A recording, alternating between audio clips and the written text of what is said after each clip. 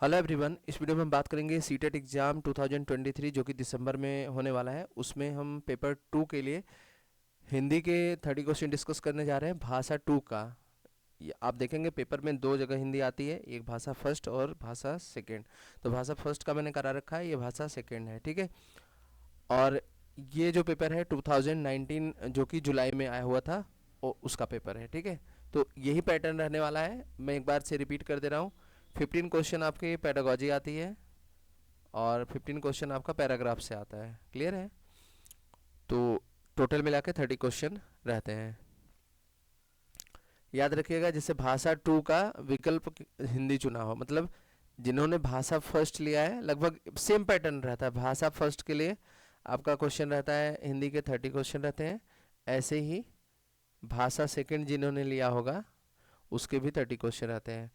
जैसे भाषा फर्स्ट आपने हिंदी लिया तो फिर भाषा 2 आप हिंदी नहीं ले सकते, फिर आपको संस्कृत या इंग्लिश लेना पड़ेगा। इस तरीके से रहता है, ठीक है। तो यहाँ पे चलिए देखते हैं क्वेश्चन नंबर 1 में दिया गया है। यहाँ पे पैराग्राफ से ही पहला क्वेश्चन है, तो थोड़ा पैराग्राफ में रीड करूँगा तो टाइम लगेगा, लेकिन बहुत तेज़ी से क्वेश्चन मैं पैराग्राफ को रीड कर रहा हूँ क्योंकि काफ़ी बड़ा पैराग्राफ दिया गया है, ठीक है। या फिर आप लोग पैराग्राफ रीड कर लेना, मैं डायरेक्ट यहाँ पे आंसर बताता हूँ, क्योंकि पैराग्राफ रीड करूँगा तो बहुत टाइम लगेगा, फिर आप देखना भी पसंद नहीं करते हैं, ठीक है। मैं पैराग्राफ ऑलरेडी रीड कर लिया हूँ, तो मैं आपको डायरेक्ट आंसर ही बता रहा हूँ। आपको अगर प्रैक्टिस करनी है तो सबसे पहले पैराग्राफ पढ़िएगा, नहीं तो क्वेश्चन समझ में नहीं आएगा। क्लियर है? ऑलरेडी मैंने पढ़ रखा है, इसलिए मुझे पता है। मैं यहाँ पे ऑलरेडी आंसर बता दे रहा हूँ, बट आपको जब प्रैक्टिस करना तो इसको पहले पढ़ना, फिर आंसर देने की कोशिश करना। तो यहाँ पे पहला क्वेश्चन है, ऑनलाइन शिक्षा व्यवस्था का तात्पर्य है। ये सारी चीज़ें आपके पैराग्राफ में ही दी गई हैं। मैं यहाँ पे डायरेक्ट आंसर डिस्कस करने जा रहा हूँ, ठीक है। वीडियो बड़ी ना हो ज़्यादा, क्योंकि पैराग्राफ रीड करूँगा तो कम से कम 5 मिनट लगेंगे रीड करेंगे, ठीक है। तो यहाँ पे पहला ऑप्शन है, किसी भी प्रकार से शुल्क में मुफ्त शिक्षा। ऑनलाइन शिक्षा का मतलब घर बैठे इंटरनेट के माध्यम से शिक्षा। तीसरा है मैनेजमेंट इंजीनियरिंग आदि की शिक्षा, गरीब व साधनहीन लोगों के लिए शिक्षा। तो 121 का राइट आंसर हो जाएगा सेकेंड, घर बैठे इंटरनेट के माध्यम से शिक्षा। ऑनलाइन शिक्षा का यही मतलब होता है। क्लियर है? नेक्स्ट क्वेश्चन है आपका, इसमें दिया गया है, भारत के लिए शुभ संकेत है ऑनलाइन शिक्षा। शिक्षा का बाजारीकरण, हिंदी सीखने की सिखाने की मांग को बढ़ाना, निःशुल्क शिक्षा व्यवस्था। तो पैराग्राफ में ये चीज़ें बताई गई कि हिंदी सीखने सिखाने की मांग को बढ़ावा देने के लिए भारत के लिए शुभ संकेत है, ठीक है। नेक्स्ट क्वेश्चन इसमें दिया गया है आपका, भारत में ऑनलाइन शिक्षा की निरंतर रुचि बढ़ाने का उपयुक्त कारण नहीं है। पूछ रहा है नहीं है। अधिकतर छात्रों को विश्वविद्यालयों में प्रवेश नहीं मिलता, अधिकतर शिक्षण संस्थान ऑनलाइन व्यवस्था अपना रहे हैं और महंगी होने के कारण पढ़ाई में खर्च बढ़ता जा रहा है, और विश्व के अनेक देशों में विश्व के अनेक देशों की भारत में रुचि बढ़ रही है। तो ऐसा बिल्कुल नहीं, तो ये वाला ऑप्शन नेगेटिव में, तो यही वाला सही हो जाएगा। क्लियर है? नेक्स्ट देखते हैं, इसमें दिया गया है, भारत ऑनलाइन शिक्षा देने वाली कंपनियों के लिए बहुत बड़ा बाजार बन गया है, क्योंकि पहला ऑप्शन है, अधिकांश युवक हिंदी कारणों से विश्वविद्यालय शिक्षा से वंचित रह जाते हैं। आज एक दूसरे को समझने की जिज्ञासा बढ़ी है। ऑनलाइन शिक्षा पाने का फैशन युवक युवतियों में आकर्षित कर रहा है, ऐसा कोई ज़रूरी नहीं है, और लोगों को कोई कष्ट उठाए बिना ही डिग्री मिल जाती है। तो आई थिंक यहाँ पे सबसे जो बेस्ट ऑप्शन है वो आपका है फर्स्ट ही है, अधिकांश युवक किन्हीं कारणों से, मैं यहाँ पे शायद रीड गलत कर दिया था, किन्हीं कारणों से विश्वविद्यालय की शिक्षा से वंचित हो जाते हैं, जिसकी वजह से ऑनलाइन शिक्षा का काफ़ी क्रेज बढ़ गया है और लोग ज़्यादा पसंद कर रहे हैं। क्लियर है? फिर इसके बाद यहाँ पे गद्यांश में दिया गया है कि गद्यांश में प्रयुक्त निम्नलिखित वाक्यों को 4 भागों में बांटा गया है। निम्न में से किसी एक भाग में अशुद्धि है, एक में जगह मतलब त्रुटि है, तो अशुद्ध भाग को पहचान कर निश्चित कीजिए। आज एक दूसरे को समझने जाने की जिज्ञासा भी लोगों में बढ़ी हुई देखी जाती है। तो आज नहीं, क्या एक दिन ही देखी जाती है? नहीं, तो इस समय बोल सकते हैं। लग रहा है मुझे कि इसी तरीके से कुछ गलती, इस समय एक दूसरे को समझ रहे, मतलब जो प्रेजेंट टाइम चल रहा है, आने वाले समय या सभी चीज़ के लिए, ठीक है। आजकल बोल सकते हैं, आज बस नहीं, आजकल एक दूसरे को, ये हो सकता है, क्योंकि मतलब सारे समय की बात हो रही है, किसी एक पार्टिकुलर आज का दिन ही नहीं बात की जा रही है, ठीक है। तो इसका राइट आंसर फर्स्ट हो जाएगा, फर्स्ट में ही त्रुटि है। क्लियर है? फिर इसके बाद दिया गया है, अ, उत्पत्ति की दृष्टि से ऑनलाइन शिक्षा शब्द क्रमशः है। ऑनलाइन और शिक्षा ये कौन से शब्द हैं? तो ये आपका जो आंसर होगा ये आगत है। ऑनलाइन को आगत बोलते हैं और शिक्षा को यहाँ तत्समय, ठीक है। इसका डायरेक्ट आंसर मैं बता दे रहा हूँ, क्योंकि ये ग्रामर के हैं तो आपको ये चीज़ें पता होनी चाहिए। उपयोगिता शब्द के उपसर्ग और प्रत्यय क्रमशः हैं ता, मतलब इसमें कौन सा उपसर्ग लगा है उपयोगिता में और प्रत्यय, ये तो बिल्कुल आसान क्वेश्चन है। तो 127 का राइट आंसर जो होगा, देखिए उप, तो उप कितने में है, 2 में है, तो ये तो पहले दोनों गलत हो गए। तो उप वाले में बस देख लो इन दोनों में है, और लास्ट में देख लो उपयोगिता, ता आ रहा है, तो ता ईता नहीं आ रहा है, तो ता आ रहा है, तो इसका राइट आंसर फोर्थ वाला हो जाएगा। उप ये हो गया शुरू में, और उपयोगिता ता लास्ट में। क्लियर है?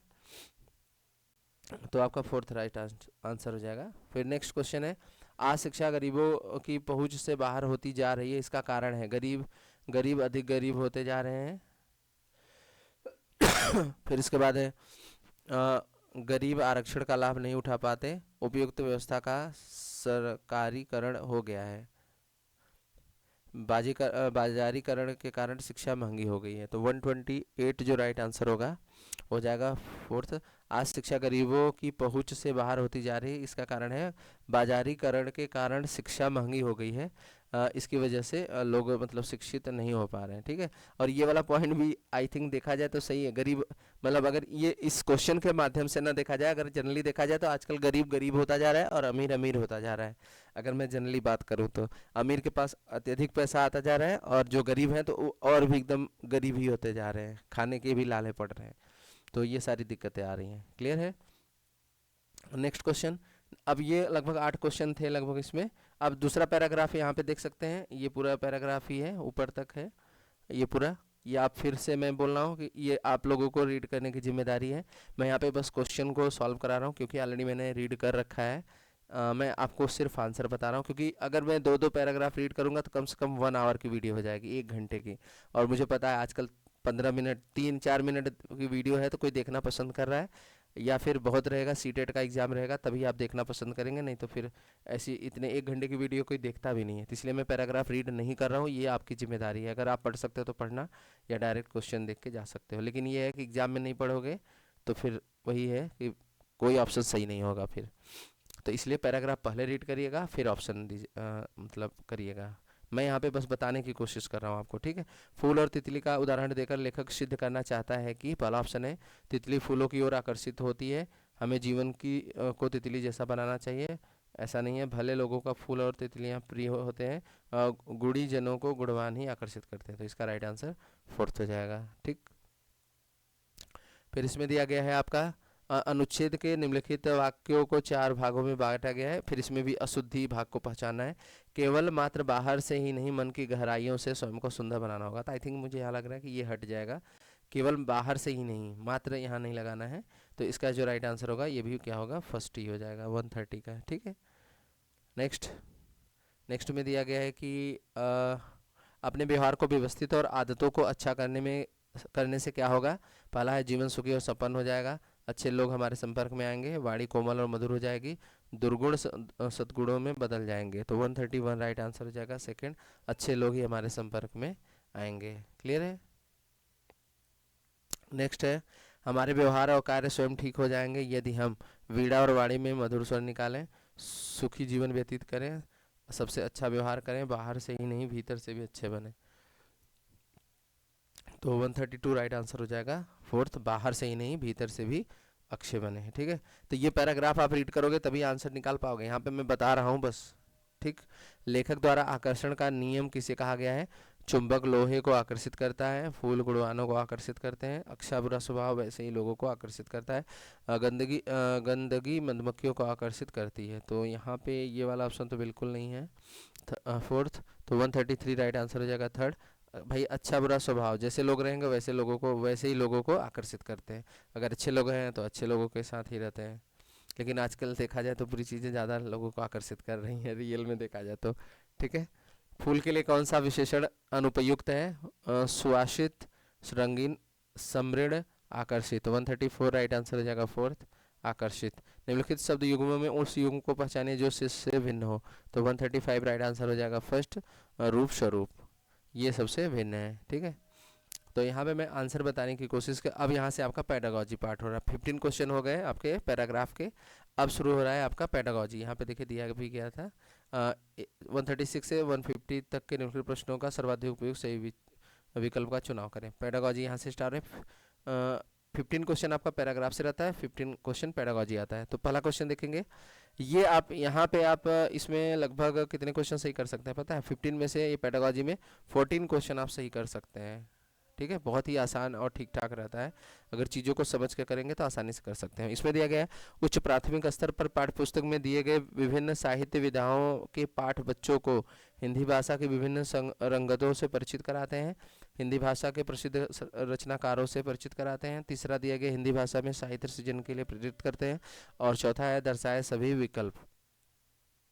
तो यहाँ पे 136 जो होगा, मुझे लग रहा है कि देखिए हिंदी भाषा विभिन्न रंगतों को परिचित कराता है, तो ये भी ठीक लग रहा है मुझे। हिंदी भाषा में प्रसिद्ध कल रचनाकारों के बारे में परिचित कराता है, ये भी बात होती है। हिंदी भाषा के साहित्य सृजन के लिए प्रेरित करते हैं, ये भी सही है। तो इसका आई थिंक बेस्ट ऑप्शन सबसे फोर्थ है कि ये सारी चीज़ें होंगी। ठीक है, 136। फिर इसके बाद देखेंगे 137। 137 में दिया गया है उच्च प्राथमिक स्तर पर हिंदी भाषा शिक्षण का उद्देश्य नहीं है सरसरी तौर पर किसी पाठ को देखकर उसकी विषय वस्तु का पता लगाना। दूसरा है निजी अनुभवों के आधार पर भाषा का सृजनशील इस्तेमाल करना। तीसरा है भाषा की बारीकी और सौंदर्य बोध के लिए किसी भाषा का व्याकरण कंठस्थ करना। और चौथा है विभिन्न साहित्यिक विधाओं और ज्ञान से संबंधित अन्य विषयों की समझ का विकास करना। याद रखना, आप ऐसे क्वेश्चन बस मत देख लेना, मतलब क्वेश्चन देखने के साथ साथ इसको समझने की कोशिश करना। आप जैसे प्रैक्टिस सेट बना रहे हो, मैं यहाँ पे डायरेक्ट आंसर, एक्चुअली मैंने सब कुछ पढ़ रखा है। आप वर्क करोगे, मेहनत करोगे, सब कुछ चीज़ें, मैं जैसे आ रहा हूँ यहाँ पे तो चीज़ों को ऑलरेडी पढ़ता हूँ फिर बताता हूँ। ऐसा नहीं है कि मतलब फालतू की चीज़ें आके बता दी, कुछ भी बता दिया बस। ठीक है, तो चीज़ों को समझिएगा पहले फिर आंसर दीजिएगा, क्योंकि वहाँ पे एग्जाम में आपकी समझ, यहाँ पे तो मैं बता दे रहा हूँ लेकिन वहाँ पे आपकी समझ डिपेंड करेगी कि आपको कौन सा ऑप्शन चूज करना है। ठीक है, तो यहाँ पे बोला गया है उच्च प्राथमिक स्तर पर हिंदी भाषा शिक्षण का उद्देश्य कौन सा नहीं है, क्या नहीं होता है उद्देश्य। तो आपने देखा होगा सरसरी तौर पर, ऐसा जरूरी नहीं है कि आप बस थोड़ा थोड़ा फटाफट पढ़ के उसके बारे में विषय वस्तु का पता कर लें। ठीक है, तो यहाँ पे 137 जो लग रहा है मुझे सबसे बेस्ट ऑप्शन लग रहा है भाषा की बारीकी, भाषा के बारे में बारीकी और सौंदर्य बोध के लिए हिंदी भाषा का व्याकरण कंठस्थ करना। देखिए कंठस्थ याद करने के लिए बात कर रहा है, तो यहाँ पे ये कह रहा है ना कि कौन सा नहीं है याद रखना, लर्न करने के लिए, कंठस्थ करने के लिए बिल्कुल मना किया जाता है। ये हिंदी शिक्षण, हिंदी भाषा शिक्षण का उद्देश्य नहीं होता। कोई चीज़ लर्न करके आप किसी भी सब्जेक्ट के लिए लर्न करो, तो ये वाला निगेटिव में आंसर पूछा गया नहीं है, तो ये वाला थर्ड वाला नहीं होगा। नेक्स्ट है, इसमें दिया गया है उच्च प्राथमिक स्तर पर हिंदी भाषा सीखने में सबसे कम सहायक है समृद्ध भाषा परिवेश की उपलब्धता। ये तो बहुत अच्छा होता है, आसपास का इन्वायरमेंट जैसा रहेगा वो तो बहुत ही ज़्यादा इफेक्टिव होता है, तो सबसे ज़्यादा इसमें सीख सकते हैं। लेकिन इसमें बोल रहा है कि सबसे कम पाठ्य पुस्तकों का प्रयोग इसमें भी ठीक ठाक रहता है, संचार माध्यमों का प्रयोग भी ठीक रहता है, अन्य विषयों की कक्षाओं में भाषा पर ध्यान देना। तो आई थिंक मुझे लग रहा है कि 138 का जो होगा सेकेंड ऑप्शन मुझे लग रहा है कि पाठ्य पुस्तक से, देखिए बच्चा पढ़ रहा है तो पाठ्य पुस्तकों का प्रयोग जो होता है सबसे हिंदी भाषा सीखने में सबसे कम सहायक होता है। ठीक है, भाषा की बात कर रहे हैं, क्लियर। नेक्स्ट है उच्च प्राथमिक स्तर पर बच्चों के लिए साहित्य का चयन करते समय आप किस बात का सर्वाधिक महत्व ध्यान रखेंगे? रचनाकार की प्रसिद्धि, रचनाओं की लंबाई, बच्चों का स्तर और रुचि, सरल भाषा। तो जहाँ तक मुझे लग रहा है सबसे बेस्ट ऑप्शन 139 का थर्ड ही है, तो ये आपका राइट आंसर हो जाएगा। बच्चों की रुचियों के बारे में मैंने कहा था कि अगर आप प्राइमरी का पेपर बना रहे हैं तो 1 to 5 के बच्चों को माइंड में लेकर चलना है, और 6 to 8 का पेपर बना रहे हैं यानी पेपर 2 बना रहे हैं तो आपको 6 to 8 के बच्चों को माइंड में लेकर चलना है, यानी कि उनकी रुचियों के बारे में बहुत, और उसके स्तर के बारे में कितने लेवल तक का पढ़ा रहे हैं। क्लियर है, 140 देखेंगे। इसमें दिया गया है कि उच्च प्राथमिक स्तर पर बच्चों में भाषा आकलन में सर्वाधिक प्रभावी प्रश्न। पहला है रूप बदलकर बादल किसान के कौन से सपनों को साकार करेगा। क्वेश्चन को पहले समझिएगा, उच्च प्राथमिक स्तर बच्चों में भाषा आकलन में सर्वाधिक प्रभावी प्रश्न कौन सा है, मतलब आप कैसा क्वेश्चन करेंगे। तो ये कह रहे हैं कि रूप बदलकर बादल किसान के कौन कौन से सपनों को साकार करेगा, बादलों के घिर आने पर कवि किसान को उठाने के लिए क्यों कहता है, और जब हरा खेत लहलाए तो क्या होगा, तुम भी अपने ढंग से तनिक शब्द का इस्तेमाल करते हुए 5 वाक्य बनाओ। तो 140 का जो राइट आंसर होगा, ये चीज़ मतलब सबसे ज़्यादा इफेक्टिव होती है। ठीक है, सर्वाधिक जो भाषा का आकलन होगा वो सर्वाधिक प्रभावी होगा। ठीक, फिर यहाँ पे देखते हैं 141 अपनी मातृभाषा में किसान पर लिखी गई कविता को अपने मित्रों व शिक्षक को सुनाओ। हिंदी भाषा की पाठ्यपुस्तक में यह प्रश्न कक्षाओं के मनोरंजन का साधन है। कक्षा में बच्चों को गीत गाने का अवसर देता है। कक्षा में बहुभाषिक संदर्भ को पोषित करता है। कक्षा में समय के सदुपयोग का उत्कृष्ट उदाहरण है। तो 141 राइट आंसर हो जाएगा यहाँ पे कि बच्चों में बहुभाषिकता के संदर्भ को पोषित करता है। ठीक है। मातृभाषा में किसान पर लिखी गई कविता को, मातृभाषा मतलब जो हम जैसे जहाँ का बच्चा रहेगा वहाँ की मातृभाषा क्या है उस भाषा में बोल रहे हैं। तो भाषा अलग अलग भाषा भी हमारी हेल्पफुल करती है चीज़ों को सीखने में बच्चों के लिए। ठीक है। उच्च प्राथमिक स्तर पर बच्चों में भाषा प्रयोग का आकलन करते समय सबसे कम प्रभावी पोर्टफोलियो, अवलोकन, बातचीत, जांच सूची। तो भाषा प्रयोग का आकलन करने में बातचीत तो बहुत अच्छा होता है, तो 142 हो जाएगा फोर्थ। जांच सूची में ज़्यादा भाषा का प्रयोग बहुत ज़्यादा इफेक्टिव नहीं होता क्योंकि हम तो जांच कर रहे हैं बस। राधिका 7वीं कक्षा में पढ़ती है। नेक्स्ट क्वेश्चन, वे बच्चों को नाम संबंधी कुछ उदाहरण देती है, संज्ञा के बारे में समझाती है। राधिका प्रस्तुत विधि है, राधिका द्वारा प्रस्तुत विधि कौन सी है? तो 143 राइट आंसर हो जाएगा सेकेंड, आगमन विधि। फिर इसके बाद देखेंगे यहाँ पे दिया गया है कि 8वीं कक्षा में पढ़ाने वाले अली अक्षर बच्चों के गलत शब्दों के नीचे शब्द का ठीक रूप लिखकर दोनों अंतर करने के लिए कहते हैं। इसका उद्देश्य क्या है? बच्चों की उनकी गलती का अनुभव कराना, शब्दों को सही वर्तनी की जानकारी देना, अवलोकन द्वारा सही वर्तनी की ओर ध्यान उत्कृष्ट आकृत करना, आकलन को लचीला और सुविधापूर्ण बनाना। तो 144 राइट आंसर हो जाएगा थर्ड, अवलोकन द्वारा सही वर्तनी की ओर ध्यान आकृष्ट कराना। 145 देखेंगे। पैडागॉजी देख रहे हैं ना कि क्वेश्चन बहुत ही लेंदी आते हैं, इतना छोटे छोटे क्वेश्चन नहीं आते। उच्च प्राथमिक स्तर पर बच्चों की लिखित अभिव्यक्ति का विकास करने में सबसे कम सहायक, कविता की अधूरी पंक्तियों को देखकर पूरा करो। अपने बचपन की कोई ऐसी घटना लिखो जो शरारत करने पर डांट पड़ी हो।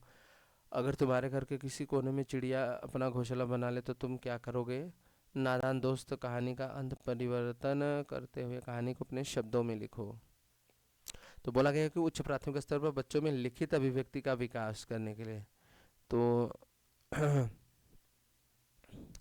देखिए ये जो कविता की अधूरी पंक्तियों को देखकर पूरा करना ठीक है, बट उतना ज़्यादा मुझे इफेक्टिव नहीं लग रहा है। लेकिन यहाँ पे कविता की अधूरी पंक्तियों को देखकर, हाँ वैसे देखकर लिखना है, अपने मन से अगर बोला होता, लिखित अभिव्यक्ति भी बोला है ना, लिखना ही है, तो यहाँ पे बोला है कि देख कर लिखना है, ऐसा नहीं कि अपने से लिखना है। तो ये वाला थोड़ा सा सबसे बेस्ट हो जाएगा, पहला ही ऑप्शन फिर हो जाएगा। ठीक, अगर यहाँ पे बिना देखे लिखना होता तब फिर दिक्कत थी।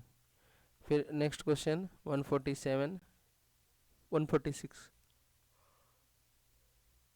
इसमें दिया गया है बच्चों के पढ़ने लिखने की कुशलता के विकास में सर्वाधिक सहायक है सुलेख का कार्य, सूत्रलेख का कार्य, कहानी पढ़कर सवाल करना, प्रदूषण पर निबंध लिखना। तो यहाँ पे कुशलता के लिए प्रदूषण, जैसे हिंदी में कोई चीज़ डिटेल में लिख रहे हैं तो बहुत अच्छा माना जाता है 46 का।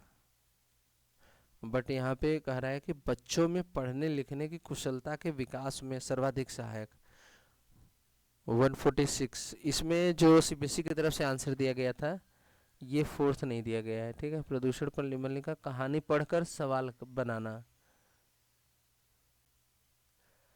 तो ये भी बहुत अच्छा है,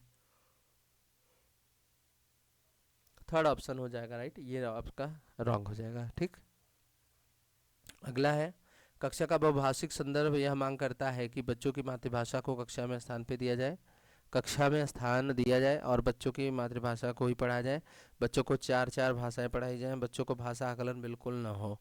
तो आई थिंक यहाँ पे 147 का बेस्ट ऑप्शन है कि मातृभाषा को भी कक्षा में स्थान देना चाहिए। अगर बच्चा नहीं समझ रहा है तो उसकी मातृभाषा में बताने की कोशिश करिए। क्लियर है?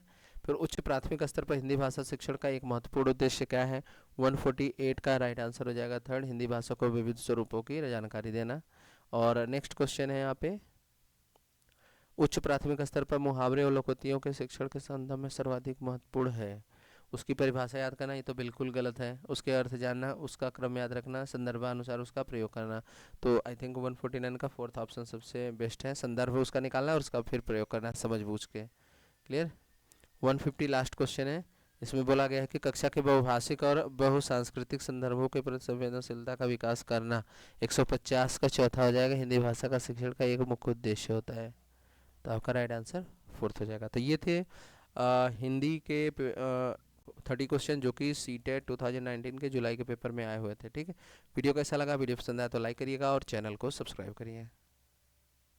Thank you for watching.